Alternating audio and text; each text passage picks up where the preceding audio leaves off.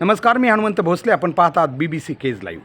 अखेर संतोष देशमुख यांच्या कुटुंबियांनी भगवानगड इथं जाऊन मठाधिपती नामदेव शास्त्री यांची भेट घेतली. खरं तर भगवानगडाच्या या मठाधिपतींनी नुकत्याच केलेल्या विधानानंतर बऱ्याचशा काही प्रतिक्रिया उमटल्या होत्या. परिवारालाही असं प्रश्न पडला होता की भेटीला जावं की न जावं. काही तर कारण मी एक जवळचा त्यांच्या या परिवाराचा नातेवाईक असल्यामुळं बरेचसे फोन कॉलही आले होते की ज्यामध्ये कुटुंबियांनी जाऊ नये असाही त्यांना सल्ला देण्यात आला. मात्र परिवारानं एक विचार केला होता की भगवानगड हा एक आध्यात्मिक क्षेत्रातलं एक मोठं पीठ आहे आणि या पीठाच्या अशा महंतांनी किंवा मठाधिपतींनी हे वक्तव्य केलेलं आहे, याचा अर्थ कदाचित त्यांना या घटनेचे काही पुरावे माहिती नसावेत आणि म्हणून कुटुंबियाला असं वाटलं की या बाबीचे पुरावे त्यांच्याकडे देणं गरजेचं होतं. कारण या वक्तव्यानंतर किंवा त्यांच्या विधानानंतर थोडंसं वेगवेगळे प्रतिक्रिया समाजात उमटू लागल्या होत्या. विशेष म्हणजे आपल्याला सगळ्यांना माहिती की या दोन समाज, विशेषतः मराठा समाज आणि वंजारी समाज, या दोन समाजात या प्रतिक्रिया उमटू लागलेल्या होत्या. त्याचं कारण बी तसंच होतं. कारण का की महंत मठाधिपती एका मोठ्या या पीठाचे ते मठाधिपती आहेत आणि अशावेळी त्यांच्याकडून एक विधान गेलेलं होतं की भगवानगड हा माननीय नामदार धनंजय मुंडे साहेब यांच्या पाठीमागं भक्कमपणे उभा आहे आणि त्याचवेळी त्यांच्याकडून एक विधान गेलेलं होतं की बाकी सगळ्या या मीडियानं म्हणा किंवा बाकीच्यांनी जी काही आरोपींची मानसिकता ही तपासण्याची गरज होती.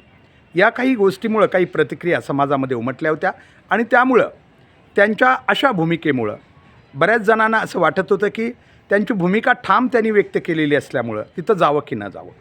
परंतु आम्हाला असं वाटतं की तिथं जाणं गरजेचं होतं. कारण का की एक मठाधिपतींना त्यांना कळायला हवं होतं. कारण त्यांनी असा विचार केलाच का, तर कदाचित त्यांच्यापर्यंत ते पुरावे गेलेले नसावेत हेही कुटुंबियाला वाटलं होतं आणि त्याच्यातून अनेक गोष्टी पुढं त्या ठिकाणी स्पष्ट होणार होत्या. म्हणून कुटुंबियांनी त्या ठिकाणी जाण्याचा निर्णय हा घेतला आणि तो योग्यही होता.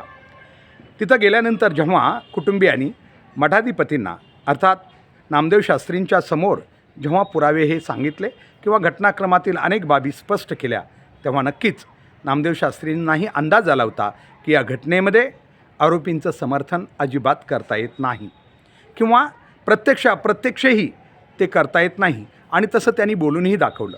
इतकंच नाही तर त्यांनी गड हा या ठिकाणी देशमुख परिवाराच्या मागं भक्कमपणे उभा आहे हेही सांगितलं. विशेष म्हणजे देशमुख परिवारानं हेही सांगितलं की गडावर यापूर्वीही त्यांचं म्हणजे येणं जाणं होतं आणि गडावर त्यांचा विश्वास होता आणि त्याचवेळी हेही सांगितलं होतं की या ठिकाणी अगदी पहिल्या दिवसापासून ते शेवटपर्यंत परिवाराच्या वतीनं कुठंही या प्रकरणाला जातीयवादाचं गालबोट लागणार नाही याची काळजी घेतली होती. आता ही गोष्ट वेगळी आहे की बाहेर मग ते मराठा समाजातले असोत किंवा वंजारी समाजातले असोत, बाहेर लोक या प्रकरणाला जातीवादातून बघत होते. त्याला त्यांचा नाविलाज होता आणि ते खरं आहे. कारण त्यांनी हेही सांगितलं की अगदी वंजारी समाजातल्याच अनेक बांधवांनी त्यांची शेतीसुद्धा कसलेली आहे आणि या सगळ्या गोष्टी स्पष्ट झाल्यानंतर मठाधिपती नामदेव शास्त्रींना ही कल्पना आली की या घटनेमध्ये या परिवार किती निर्दोष आहे.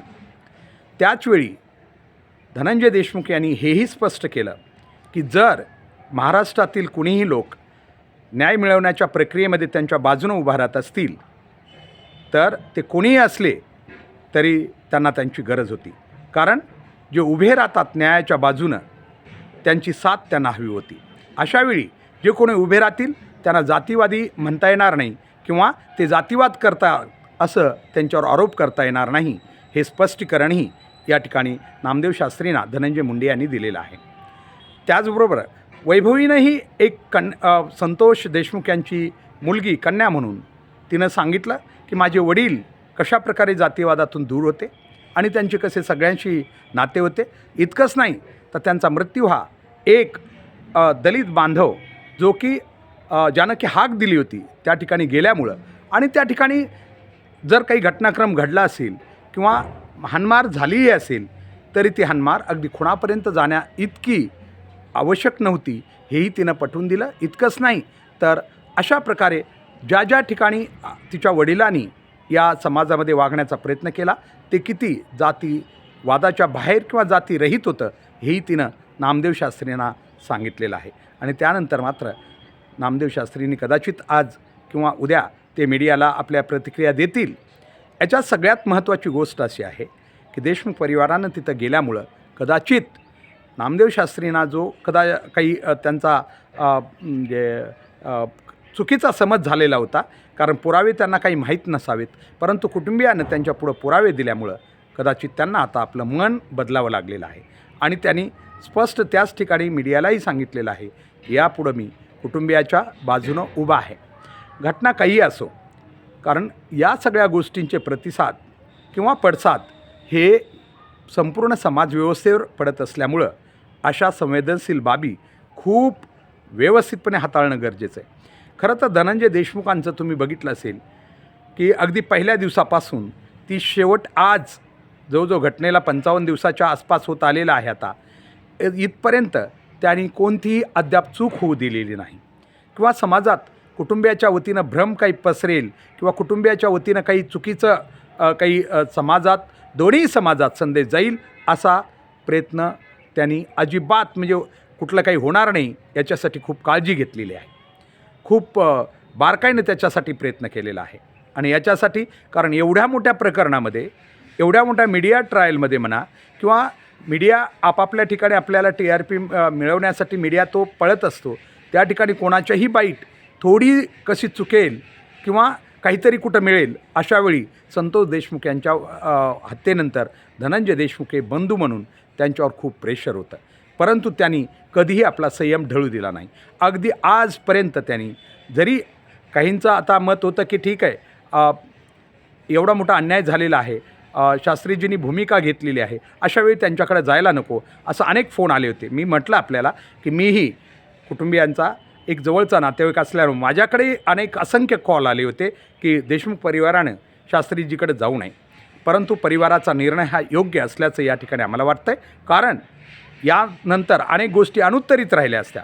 एक तर शास्त्रीजींना खरी माहिती पोचली नसती आणि त्यामुळं कदाचित ते आपल्या भूमिकेवर राहिले असते, तर त्याचा परिणाम बहुजन समाजातील सर्वांवरच झाला असता. कारण त्यांच्याकडून जर एखादी चूक राहिली असती समजा, ती बी माहिती अभावी, तर कदाचित त्याचा परिणाम समाज मनावर झाला असता. म्हणून आता हे पुरावे दाखवल्यानंतर त्यांची भूमिका काय आहे हे समाजाला नंतर कळू शकेल किंवा काय घ्यायची हा त्यांचा प्रश्न आहे. मात्र आत्तापर्यंत जी काही भूमिका घेतली ती खूप महत्त्वाची होती आणि देशमुख परिवारासाठीही महत्त्वाची होती. दोन्ही समाजामध्ये काही भ्रम राहू नये याची काळजी म्हणून देशमुख परिवार हा भगवानगडावर पोचला होता, हे आपण लक्षात ठेवावं. कारण का की आता परिवाराच्या या सांगण्यानंतर ज्या काही गोष्टी अस्पष्ट होत्या किंवा शास्त्रीजींनाही कदाचित वाटलं असतं की मला या गोष्टी माहीत नव्हत्या, त्या आता त्यांना माहिती करून दिलेल्या आहेत. त्याच्यामुळं कुटुंबियाची बाजू आता शास्त्रींच्या समोर गेलेली असल्यामुळं आता एक भगवानगडासारख्या अतिशय मोठ्या आध्यात्मिक पीठाचा एक प्रमुख म्हणून काय भूमिका घ्यायची हे शास्त्रीजी ठरवतील. मात्र ही माहिती त्यांच्यापर्यंत जाणं खूप गरजेचं होतं. कारण एक तर दिवसेंदिवस या प्रकरणानंतर, कारण आरोपी किंवा गुन्हेगार यांना तर शिक्षा झाली पाहिजे हा प्रत्येक व्यक्ती म्हणतो आणि झालीच पाहिजे. कारण बीड जिल्ह्यातील हे प्रकरण, कारण ज्या गुन्हेगारी क्षेत्राला बीड जिल्हा सामोरं जातो आहे ते तर संपणं गरजेचं आहे. राजकारण, अध्यात्म हे आपापल्या जागे आहेत. मात्र या गोष्टींसाठी कोणालाही समर्थन करता आले नाही आणि करणारही नाहीत. म्हणून अशावेळी आता या गोष्टीमुळं बऱ्याचशा बाबी आता स्पष्ट झालेल्या आहेत. आता मात्र नक्कीच आम्हाला खात्री आहे की भगवानगडाचे मठाधिपती नामदेव शास्त्री ज्यांच्याकडं, कारण मी स्पष्ट सांगतो, मी महाराष्ट्र आणीचा बीड जिल्ह्याचा अध्यक्ष म्हणून काम करतो. मात्र गेली अनेक वर्ष मठाधिपती जे महंत आहेत भगवानगडाचे, त्यांच्याबद्दल माझासुद्धा एक विचार होता की ते समाज प्रबोधनाचं मोठं कार्य करतात. अंधश्रद्धा निर्मूलनाच्या अनेक गोष्टीही त्यांच्या व्याख्यानातून मी ऐकल्या होत्या, परंतु त्यांचं हे विधान ऐकल्यानंतर आम्हीही थोडंसं अचंबित झालो होतो. कारण का की सध्या समाजाचा अध्यात्मावर खूप मोठा विश्वास आहे. कारण आम्ही बाकी क्षेत्रातले लोक काही बोललोत तरी त्याचा फारसा कदाचित समाज विचार करणार नाही. मात्र आध्यात्मिक क्षेत्रातल्या ज्या काही महंत असतात, ज्यांच्याप्रती समाजाचा प्रचंड मोठा विश्वास असतो, त्यांनी जर एखादं विधान केलं तर त्या विधानावर सगळ्या समाजाचा विश्वास बसतो. ते म्हणालेत म्हणजे ते खरं असेल असं वाटतं. म्हणून कदाचित त्यांनी जे काही बोलले होते ते आता त्यांच्या परीनं ते त्यांच्या प्रतिक्रिया देतील. महंत किंवा नामदेव शास्त्री हे त्याबद्दल आता यापुढं त्यांना काय सांगायचं ते बोलतील. पण आत्तापर्यंत देशमुख परिवारानं त्यांना पुरावे द्यायच्या अगोदर त्यांची भूमिका कदाचित काही कारणानं ती असू शकते. आता मात्र त्यांना जी काही पुरावे सादर केलेले आहेत, आता त्यांच्या भूमिकेमध्ये ते काय बदल करतात हे आपल्याला पाहावं लागेल. किंवा त्यांच्या सतसत विवेकबुद्धीनं ते त्याचा विचार करतील. मात्र त्याचा संदेशही समाजात कदाचित चांगला जाऊन जी ही विस्कळीत होत चाललेली समाजव्यवस्था आहे काही कारणानं आणि या झालेल्या घटनेच्या पार्श्वभूमीवर ती कुठंतरी जागेवर येण्यासाठी मदत होऊ शकेल, एवढीच अपेक्षा या निमित्तानं करूया. धन्यवाद.